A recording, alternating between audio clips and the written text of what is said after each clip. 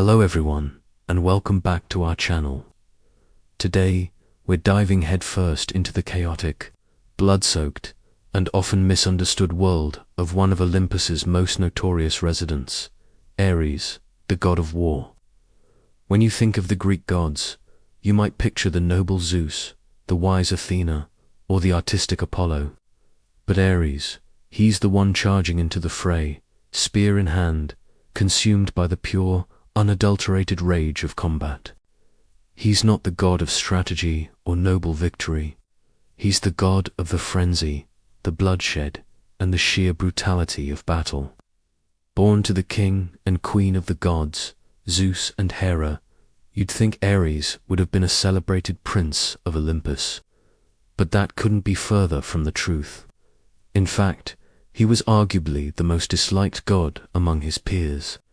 Even his own father, Zeus, once told him that he was the most hateful of all the gods on Olympus. Why all the animosity? Well, while other gods represented order, civilization, and intellect, Ares embodied the violent, destructive side of humanity. He reveled in the noise of battle, the clash of swords, and the cries of the dying. He wasn't interested in the reasons for a war or its outcome. He just loved the war itself. This stands in stark contrast to his half-sister, Athena. She was also a deity of war, but her domain was strategic warfare, wisdom in battle, and the protection of the city. Think of it this way. Athena is the brilliant general planning the campaign from a war room, ensuring a swift and just victory. Ares is the berserker on the front line, foaming at the mouth, driven by pure adrenaline and the lust for slaughter. The Greeks respected Athena's approach, building magnificent temples in her honor. Ares' worship was far less common, often relegated to the outskirts of cities, a necessary but feared power.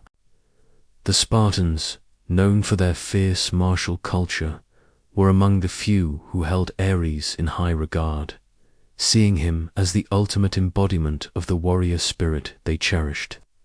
Ares was rarely seen without his fearsome entourage, riding his golden chariot, drawn by fire-breathing horses. He was accompanied by his children and companions, who were personifications of the horrors of war. There was Deimos, who represented terror, and Phobos, who embodied fear and panic. In fact, our modern word phobia comes directly from him. His sister and frequent battle companion, Enyo, was the goddess of destruction and the sacking of cities. Together, this terrifying crew would descend upon battlefields, whipping soldiers into a frenzy of violence and chaos, turning orderly clashes into brutal, lawless massacres. Despite being the god of war, Ares' track record in actual myths is surprisingly ... unimpressive. He often acts impulsively, driven by rage rather than reason, and frequently finds himself on the losing end of conflicts, especially when facing a more cunning opponent. One of the most famous stories involves the Trojan War. While most gods picked a side and stuck with it, Ares was notoriously fickle. Initially, he promised his mother Hera and his sister Athena that he would support the Greeks. But then, influenced by his lover Aphrodite, who favored the Trojans, he switched sides and fought for Troy. This decision led to a direct confrontation with the Greek hero Diomedes. Now, a mortal fighting a god. That sounds like a one-sided affair. But Diomedes had a powerful ally, Athena. Guided by her wisdom and cloaked in invisibility, Athena rode with Diomedes and helped him drive his spear right into Ares' side. The god of war let out a bellowing roar, said to be as loud as 10,000 men, and immediately fled the battlefield.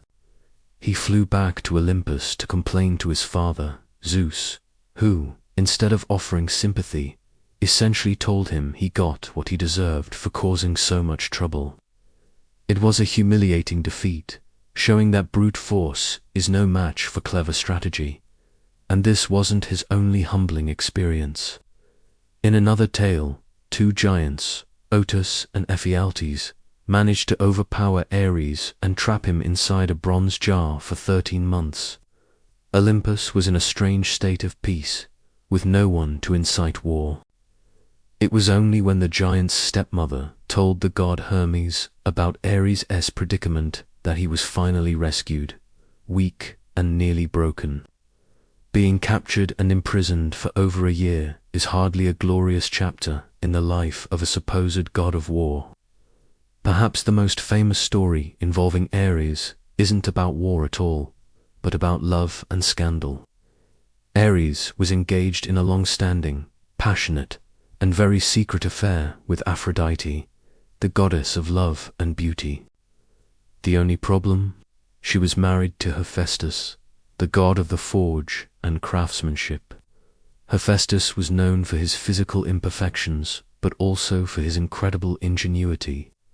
When Helios, the sun god who sees everything, told Hephaestus about the affair, the cuckolded husband didn't fly into a rage.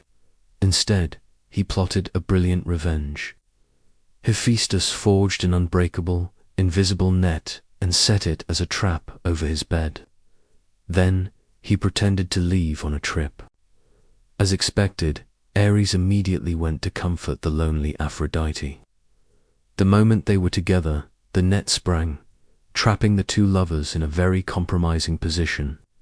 Hephaestus then threw open the doors and invited all the other gods of Olympus to come and witness the humiliating spectacle. While the goddesses stayed away out of modesty, the gods came and roared with laughter. It was the ultimate embarrassment for both Ares and Aphrodite. From this affair, however, came several children, including Deimos and Phobos, as well as Eros, the god of love, and a daughter named Harmonia, whose name, ironically, means harmony. Ares also played a role in the founding of the city of Thebes.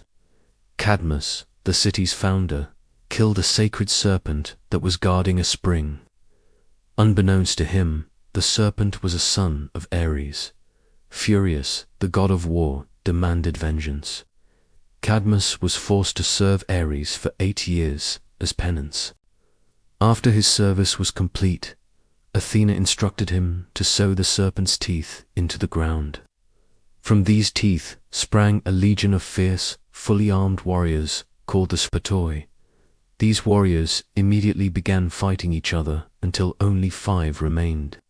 These 5 survivors then helped Cadmus build the city of Thebes, and to seal the peace, Cadmus was given Ares' daughter, Harmonia, as his wife. So, what is the legacy of Ares? He represents something fundamental about the human experience, the raw, untamed aggression that leads to conflict. The Greeks may not have liked him, but they understood that he was a necessary part of the world.